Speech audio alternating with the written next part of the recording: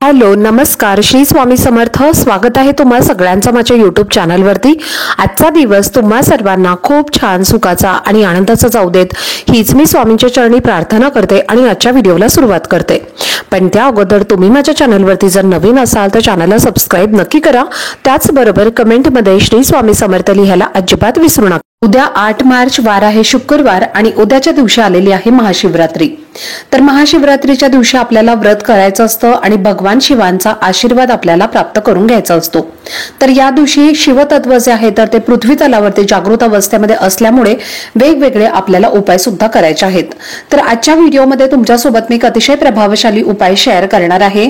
एक नारळ आपल्याला अशा ठिकाणी अर्पण करायचं आहे, त्यामुळे आपल्या जीवनातील सर्व दुःख, दारिद्र्य, अडचणी, भांडणं, कटकटी, आजारपण हे नष्ट होईल आणि आपल्या घरामध्ये सुख, शांती, समृद्धी, ऐश्वर्य कायम टिकून राहील। तर असा हा एक उपाय तुमच्यासोबत मी आजच्या व्हिडिओमध्ये शेअर करणार आहे, त्यामुळे व्हिडिओ हा स्किप न करता शेवटपर्यंत नक्की पहा, जेणेकरून तुमच्यापर्यंत योग्य ती माहिती पोहोचेल।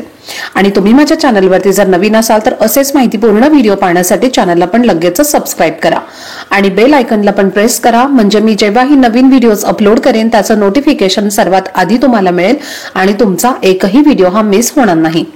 तर हा जो उपाय आहे तर आपल्याला का करायचा आहे? जर तुमच्या घरामध्ये वारंवार भांडणं होत असतील, मतभेद, कलह, वादविवाद होत असतील, घरामध्ये जर वारंवार आजारपण होत असतील, एक व्यक्ती आजारी पडला की लगेचच दुसरा व्यक्ती आजारी पडत असेल, अशा प्रकारच्या अडचणी जर तुमच्या घरामध्ये वारंवार येत असतील किंवा तुमच्या घरामध्ये जर लक्ष्मी स्थिर राहत नसेल, आलेला पैसा टिकत नसेल आणि तुमच्या डोक्यावरती किंवा तुमच्या घरावरती जर कर्ज झालं असेल तर तुम्ही हा उपाय उद्याच्या दिवशी नक्की करा। त्यासोबतच तुमच्या इच्छा मनोकामना पूर्ण करण्यासाठी सुद्धा हा उपाय अतिशय प्रभावी मानला जातो। तर उद्या तुम्हाला हा शुक्रवारी महाशिवरात्रीच्या दिवशी उपाय करायचा आहे। अतिशय पवित्र आणि शुभ असा हा दिवस आहे। सकाळपासून संध्याकाळपर्यंत अगदी रात्री 12 वाजेपर्यंत जेव्हा तुम्हाला वेळ मिळेल तेव्हा तुम्हाला हा उपाय करायचा आहे। हा उपाय करण्यासाठी तुम्हाला एक नारळ लागणार आहे। नारळ जो आधी तुम्ही पूजेमध्ये वापरलेला असेल किंवा खराब झालेला असेल आणि त्या नारळामध्ये पाणी नाही असा नारळ तुम्हाला घ्यायचा नाहीये, तर पाणी असलेला चांगला नवा कोरा ब्राऊन कलरचा नारळ तुम्हाला घ्यायचा आहे। त्यानंतर तुम्हाला काय करायचं आहे, एक कलाव्याचा धागा घ्यायचा आहे। हा नारळ आणि धागा तुम्हाला तुमच्या हातामध्ये घ्यायचा आहे आणि संपूर्ण घरभर तुम्हाला हा कलाव्याचा धागा जो आहे तर तो तुम्हाला नारळावरती बांधायचा आहे, म्हणजे गोलाकार तुम्हाला 21 वेळेला तो तुम्हाला बांधायचा आहे। हा धागा नारळाला बांधत असताना तुम्हाला ओम नमः शिवाय असा मंत्र म्हणत हा धागा बांधायचा आहे आणि त्यानंतर तुम्हाला प्रत्येक व्यक्तीवरनं हा नारळ तुम्हाला लावायचा आहे किंवा तुम्हाला त्या व्यक्तीला हात लावायला सांगायचा आहे किंवा तुम्ही त्या व्यक्तीवरनं 7 वेळेला उतरवून घेतला तरी सुद्धा चालेल। अँटी क्लॉकवाईज किंवा डोक्यापासून खाली पायापर्यंत अशा पद्धतीने तुम्हाला हा नारळ उतरवायचा आहे आणि त्या व्यक्तीचा तुम्हाला नारळाला हात लावायचा आहे।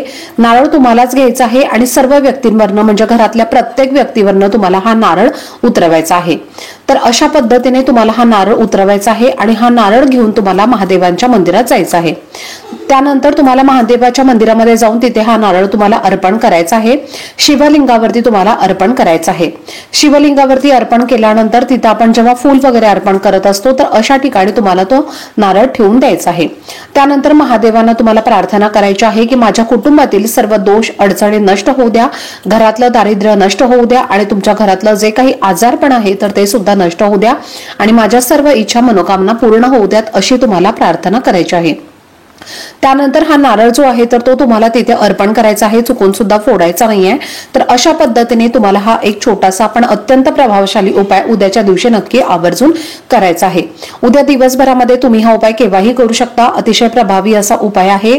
हा उपाय केल्यामुळे तुमच्या घरातल्या सर्व इडापिडा, दरिद्री, अडचणी या निघून जातील आणि घराची, मुलांची आणि पतीची अगदी भरभरून प्रगती होईल।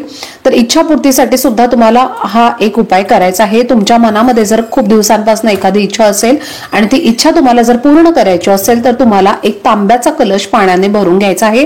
त्यामध्ये तुम्हाला थोडेसे काळे तीळ टाकायचे आहेत आणि 5 झाडांची पानं टाकायची आहेत। प्रत्येक झाडाचं तुम्ही एक एक पान घेतलं तरी सुद्धा चालेल। शमीचं झाड असेल तर ते सुद्धा तुम्ही घेऊ शकता, आंब्याचं पान घेऊ शकता, त्याच पद्धतीने बेलाचं पान सुद्धा तुम्ही घेऊ शकता। तर अशा पद्धतीने लिंबाचं, जास्वंदाचं कुठल्याही प्रकारचं जे झाड आहे तर त्याची तुम्हाला 5 पानं घ्यायची आहेत आणि प्रत्येक झाडाचं पान घेऊन तुम्हाला या तांब्यामध्ये म्हणजे या कलशामध्ये टाकायचं आहे। त्यानंतर तुम्हाला अर्धा तास तुमच्या घरामध्ये हे पाणी ठेवायचं आहे आणि यानंतर हे पाणी घेऊन तुम्हाला शिव मंदिरामध्ये जायचं आहे। शिवलिंगावरती तुम्हाला ओम नमः शिवाय असं म्हणत हे जल अर्पण करायचं आहे आणि अर्पण करत असताना तुमची जी दिशा आहे तर ती उत्तरेकडे असायला हवी।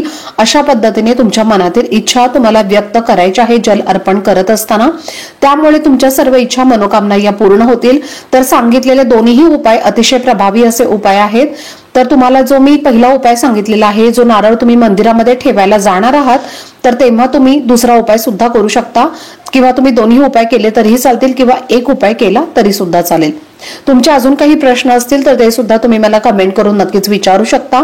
तर चला, झालेली सेवा ही मी स्वामी महाराजांच्या चरणी रुजू करते। आजचा व्हिडिओ जर तुम्हाला आवडला असेल तर व्हिडिओला जास्तीत जास्त लाईक, शेअर आणि चॅनलला सबस्क्राईब नक्की करा। भेटूयात पुढच्या व्हिडिओमध्ये, तोपर्यंत सर्वांना श्री स्वामी समर्थ।